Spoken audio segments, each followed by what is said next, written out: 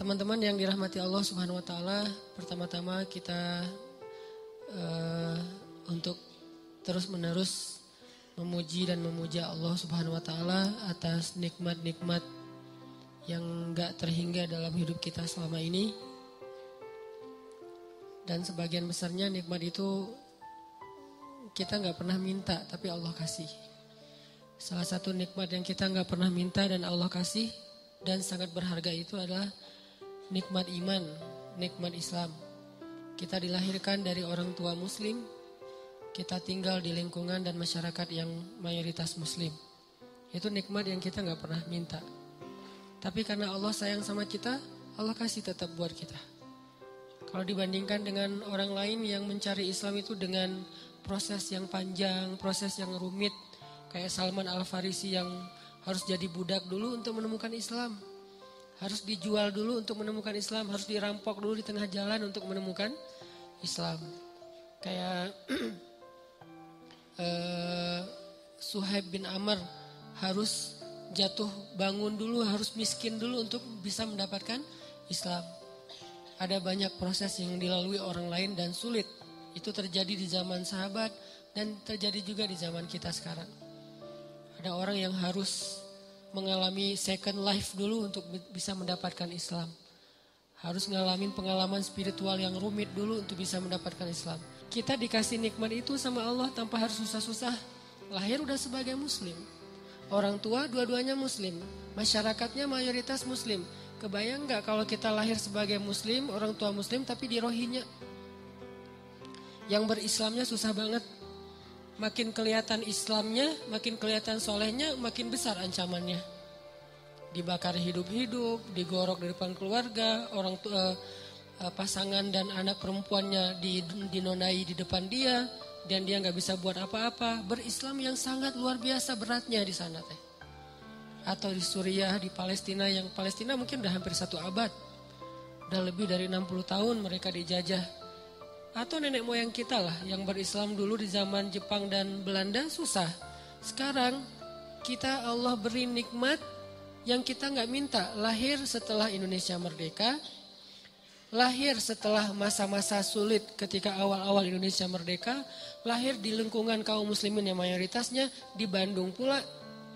Karena ada beberapa wilayah di Indonesia yang berislam juga masih susah sampai sekarang.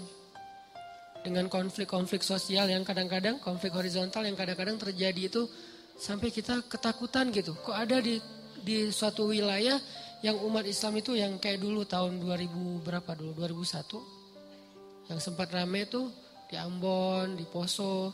Alhamdulillah kita di Bandung. Pernah minta gak lahir sebagai orang Bandung? Gak pernah. Tapi Allah kasih nikmat lahir sebagai orang Bandung. Dan saya aja orang Aceh cemburu sama orang Bandung. Alhamdulillah Allah takdirkan saya tinggal di Bandung. Ini nikmat yang besar. Tanpa saya mengeluh sebagai orang Aceh, karena itu juga nikmat yang luar biasa buat saya. Karena bisa dibilang itu sesuatu karunia. Tapi Bandung punya nikmat lain yang mungkin orang Aceh gak punya. Orang Aceh punya nikmat lain yang jelas kita dilahirkan dalam suasana yang sangat nyaman. Berislamnya tuh gak repot. Ini layak disyukuri oleh kita setiap hari. Karena kalau kita gak mensyukuri ini, nanti Allah akan cabut satu aja. Bukan iman, bukan hidayah yang dicabut. Tapi berislamnya yang dicabut. Nikmat berislamnya. Dibikin berislam kita susah. Dibikin berislam kita itu repot. Gampang banget buat Allah. Dimunculkan di antara kita seorang pemimpin yang zalim aja udah repot loh. Mau bikin taklim repot. Mau ngaji repot. Di sekolah pendidikan Islamnya dihapus segala macam kayak Turki beberapa waktu yang lalu. Itu kan berislamnya repot kan. Di Turki mau azan aja gak boleh pakai bahasa Arab. Udah gitu isi dari azan itu ada dihapus beberapa kalimat-kalimat yang sakral dalam Islam. Kayak kalimat hayya alal falah misalnya. Atau taklim-taklim, khutbah-khutbah mulai di style sama negaranya sekuler. Sehingga kita dengerin khutbah tuh kayak garing gitu. Lama-lama kegaringan yang dipelihara bertahun-tahun buat kita makin gak ngerti agama. Begitu gak ngerti agama gampang frustasi, depresi, tingkat stres tinggi, mulai kasus-kasus bunuh diri meningkat. Ini berislam sudah dicabut nikmatnya oleh Allah. Kalau kita enggak syukurin. Nah kita syukurin, alhamdulillah atas nikmat iman, Islam, hidayah, lahir dalam lingkungan mayoritas muslim yang nyaman di Indonesia. Mudah-mudahan dengan kayak gitu Allah tambahkan nikmat berislam. Gimana Allah tambahkan nikmat berislam? Mengekspresikan keislaman itu disupport sama pemerintah. Karena mengekspresikan keislaman itu insya Allah gak akan ganggu orang lain kok. Konsep agama Islam itu kan udah ideal banget ya. Gak mungkin kita taat dengan agama kita terus ngeganggu agama lain. Itu mustahil, gak ada dalam kamus Islam kayak gitu. Jadi gak usah khawatir ketika kita taat dengan syariat Islam, agama Islam. Ketika kita mengekspresikan keislaman kita, gak usah khawatir. Justru itu jadi sebuah kebaikan karena sifat dasar Islam itu rahmatan lil alamin. Makin orang Islam mengerti agamanya, makin dia rahmah kepada orang lain. Gak mungkin makin ngerti agama makin galak. Gak mungkin. Dia galaknya bukan ke orang lain, galaknya kepada kemungkaran. Nah, kalau itu memang semuanya harus kita galak. Bukan orang Islam doang, manusia mah harus galak kepada kebatilan, kemungkaran, bahasa kita ya. Kalau bahasa umumnya kejahatan. Harus galak dong dengan kejahatan, kalau enggak kejahatan merajalela. Galak dengan kriminal-kriminal yang luar biasa merajalela. Galak dengan orang yang membunuh bayi enggak berdosa, apa kurang, emang enggak boleh galak. Bayi dibuang di kebun gitu, emang enggak boleh galak. Harus galak. Karena kalau enggak galak, kejahatan itu merajalela. Tapi bukan kepada orangnya, etnisnya, agamanya. Kita ngerti banget lah yang kayak gitu-gitu. Diajarkan oleh orang tua kita, ulama-ulama kita. Yang di atas semua itu diajarkan oleh nilai-nilai agama kita. Kita ngerti banget, gak usah diguruin dalam bab itu. Gak usah dikasih tahu, itu kita ngerti. Jadi makin kita berislam, insya Allah makin kita rahmah kepada orang lain. Ini kalau kita syukurin, Allah akan angkat untuk kita pemimpin yang semakin kita syukuri, semakin baik pemimpinnya. Semakin kita syukuri nikmat berislam, semakin baik pemimpinnya. Kebayang gak sih enaknya kita jadi muslim? Ini cita-cita saya pribadi. Sholat, muazzinnya wakil presiden kan? Hayya 'alas shalah. Lembut azannya. Siapa? Wakil presiden. Istiqlal.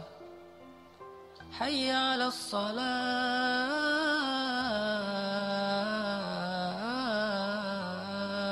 Azan subuh.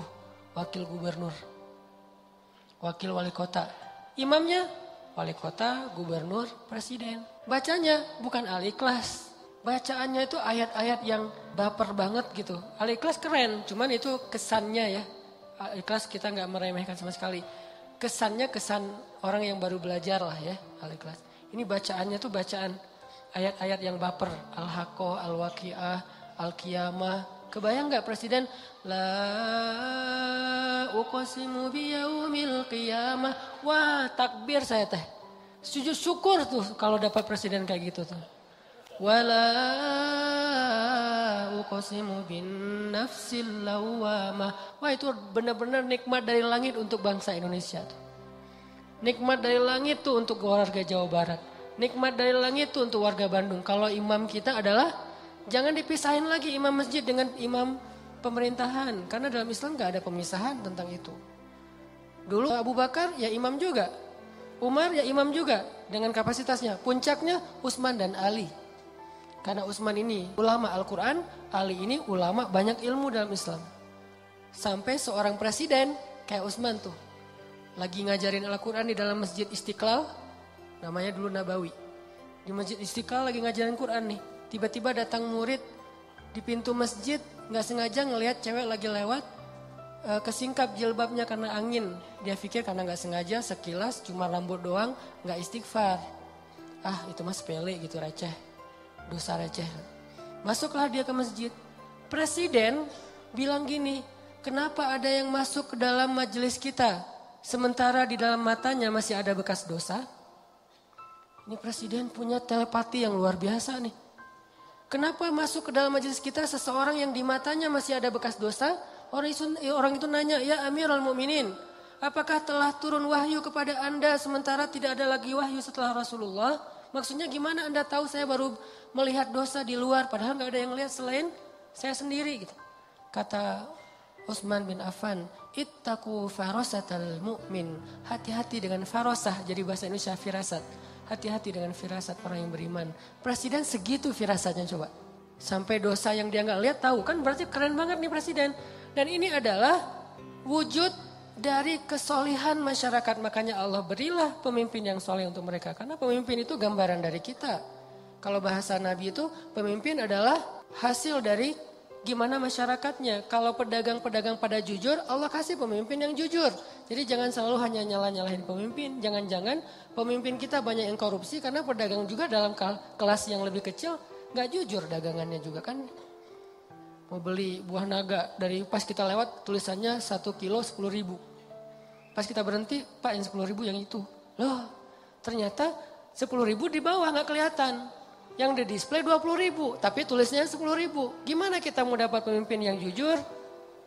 Bukankah salah satu cara Allah menghukum masyarakat yang curang adalah dengan menghadirkan pemimpin-pemimpin yang curang? Dan Allah tahan air hujan? Itu hukuman, jadi bukan dari pemimpinnya, balik lagi kepada kita. Syukuri nikmat itu. Itu kemenangan dakwah buat saya ya. Saya nggak tahu masalah politik, tapi dari angle saya sebagai orang sebutnya ustadz nih, harapan besar saya tuh pengen banget sholat suasananya kayak di Masjid Nabawi di zaman para Khulafaur Rasyidin. Itu keren banget. Yang azannya wakil presiden, wakil gubernur, wakil wali kota, yang imamnya adalah orang nomor satunya. Dengan bacaan yang fasih. Dan dia menghayati bacaan itu. Dan insya Allah ini bukan berarti jangan politisasi agama. Enggak sama sekali. Bukan urusan itu. Apa salahnya kita berharap pemimpin kita bacaan Al-Qurannya bagus kan? Bukankah itu bagian dari kesolehan kita dalam menerapkan agama Allah? Dan itu bukan hal yang berlebihan. Buat apa bacaan bagus tapi korupsi? Ya insya Allah itu kan bacaan bagus indikasi bahwa dia udah gak korupsi. Kita berharapnya kayak gitu, itu puncaknya. Saya gak perlu ngomongin bab korupsi, bab empati segala macam. Pastinya mudah-mudahan itu wajah displaynya adalah bacaan bagus. Tapi karakternya pastinya jujur, merakyat, adil kayak gitu-gitulah.